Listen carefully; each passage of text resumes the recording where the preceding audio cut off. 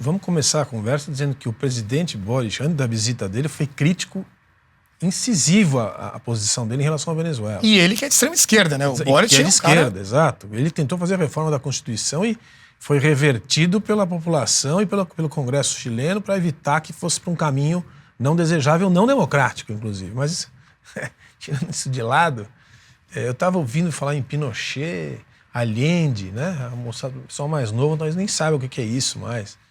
Mas, e aí eu estava pensando no que o Ricardo falou, num outro cenário que também é possível, que seria possível, considerando essa retrospectiva histórica, no armamento de uma oposição, ou seja, uma resposta violenta de uma oposição venezuelana sob uma ditadura. Modelo El Salvador, anos 80, Nicarágua, o Contras, anos 80, né? Eu fiquei pensando, será que se esse processo histórico for todo voltar para trás, a gente não pode ter uma oposição armada venezuelana, armada por outros países, que provavelmente os americanos fariam parte desse movimento? Quer dizer, é muito curioso a gente pensar nisso de novo e pensar no presidente Lula falando do Allende, porque foi um jeito muito malandro de abraçar o presidente chileno, relembrando o Allende, para quem não lembra, foi o candidato socialista eleito na presidência chilena em 73, depois o golpe militar, golpe mesmo, do presidente Pinochet, naquela época que os chilenos não iam aceitar um regime socialista, nem os americanos, muito menos, aqui mais um no quintal, depois do cubano. Então, tem aí ficou muito tricky, né? Você entender o que cada um está falando. O chileno, quando ouve, ele bate palma para um lado e critica do outro. O presidente do Chile. E o Lula, por sua vez, faz o que ele costuma fazer, fez a vida inteira, esse somebody love aí, vai sair pela direita, não pela direita ideológica, mas pela direita leão da montanha dele, e vai ver qual que é o próximo ponto da agenda, tá certo? Porque não tem nenhum sentido isso daí que ele está falando. E no final das contas, o que a gente pode estar assistindo é a história dando um passo para trás, né? Ele é muito curioso mesmo. O Luiz Felipe, ele vai ter um evento com o Pedro Sanches ali, contra o fascismo, você viu? Que falou também no início. Pedro Sanches, que quer ser o primeiro presidente da Espanha e acabar com a monarquia espanhola, que tem sido exemplar na Europa em termos de manter uma estabilidade contra terrorismo. Foi um dos poucos países que se manifestou contra o terrorismo, que o chefe de Estado, o rei, se manifestou contra o terrorismo, enquanto os outros reis da Europa não se manifestaram contra o terrorismo, o rei espanhol se manifestou. O que eu vou falar do Boric é o seguinte, e eu estou especulando aqui, mas vamos lembrar que o movimento que antecedeu a eleição do Boric foi um movimento infiltrado por revolucionários cubanos e venezuelanos, e que fizeram uma grande movimentação em prol de uma nova Constituição para criar um sistema previdenciário tão ruim quanto o do Brasil. Queriam criar tudo que tem de ruim no Brasil, queriam criar no Chile, porque o Chile não tem esses pilares do socialismo na Constituição. Então eles queriam colocar os pilares socialistas na Constituição. O maior deles é a Previdência. Depois a questão de educação, saúde, tudo isso, estatizar tudo isso, etc. E haviam vários venezuelanos infiltrados, houve um caos social, um caos, queima de tudo quanto é igreja, queima de... Isso foi agora, Foi agora, faz pouco tempo, a gente tem pouca memória, mas eu me lembro que eu acompanhei isso porque o tema era constitucional, então eu estou seguindo isso por esse veio. E o que acontece? Logo na sequência, o Boric é eleito. Vamos dar sequência. Teve um movimento... Chile alterna muito, né? Vou dar uma retrospectiva de menos de um minuto aqui. Levante popular com venezuelanos e cubanos fazendo arruaça no Chile. Movimento esse para fazer uma nova Constituição, e ali eles pautavam exatamente o que eles queriam na Constituição. Bem detalhados. Queremos isso, queremos aquilo, queremos aquilo. Muito bem. Socialismo, óbvio. Muito bem. Causaram a queda de praticamente todos os ministros do Pinheira.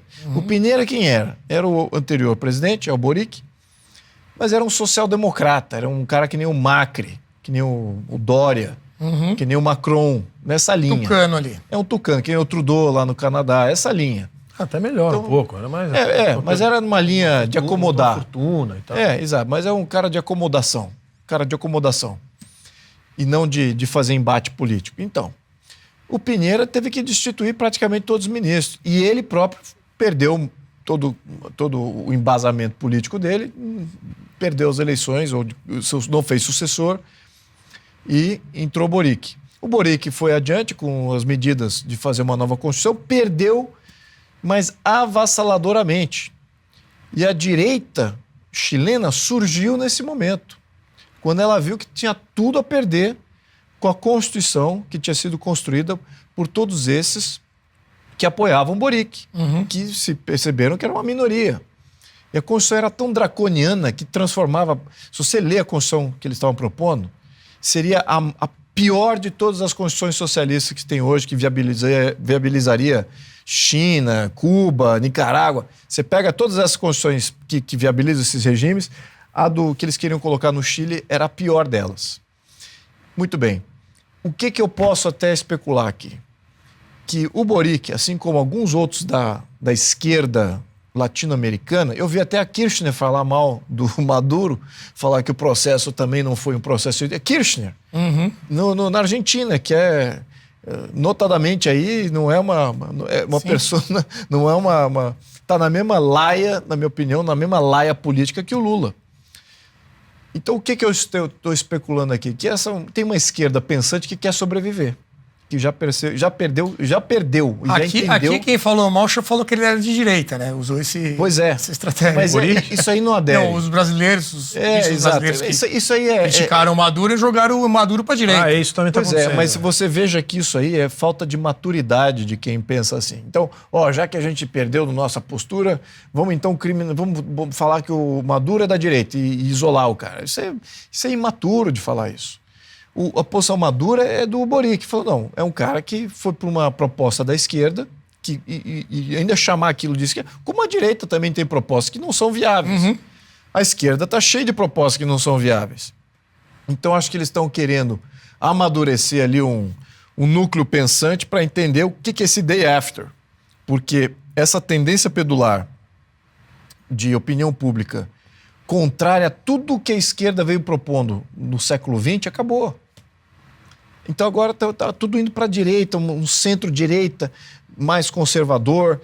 Então todo esse papo progressista, essa ideia de um estatismo, estatizar tudo, o sindicalismo, o trabalhismo, tudo isso cai por terra. E é isso que o Maduro representa. Mas, além disso, ele representa não só do aspecto econômico, mas do aspecto político, uma ditadura e uma repressão social que a gente só via nos países da cortina de ferro. E esse tipo de esquerda não tem mais espaço. Eu imagino que alguns líderes da esquerda pensante da América Latina, que deve ter ali, de alguns milhões, deve ter uns 3 ou 4 que pensam. Então, esses 3 ou 4 estão falando, olha, é melhor a gente absorver essa agora, para a gente ter, em algum momento futuro, a gente ter uma nova proposta de esquerda, uma nova visão, mas acomodando o que hoje a gente já sabe, que essas propostas do século XX não funcionam mais. Eu tenho essa expectativa, porque o Boric, por mais que ele seja jovem, não tenha experiência, o que eu segui, burro ele não é. Né? Assim como outros, Bachelet também, do Chile, também não é boa. Pode ter esse pensamento da esquerda, mas eles ali pensam. Assim como Mujica, do Uruguai, também, você já escutou algumas coisas que são até de bom senso, vindo de um líder da esquerda, no Uruguai.